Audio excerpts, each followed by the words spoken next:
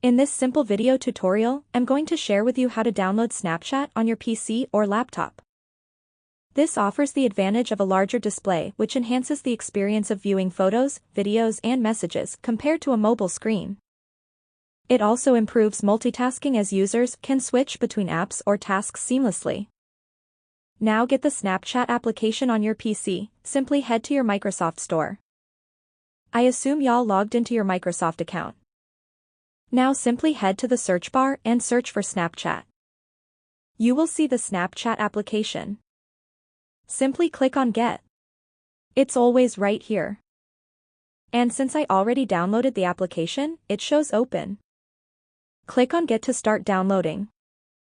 Once done, get back and head to your desktop search bar. Search for Snapchat. Left-click onto it and select Pin to Taskbar. It will always be on your taskbar for easy access. Now right-click to launch your application. You will have to log in and start using the Snapchat application on your PC or laptop. Well, that's how easy it is to download and install Snapchat on your PC or laptop.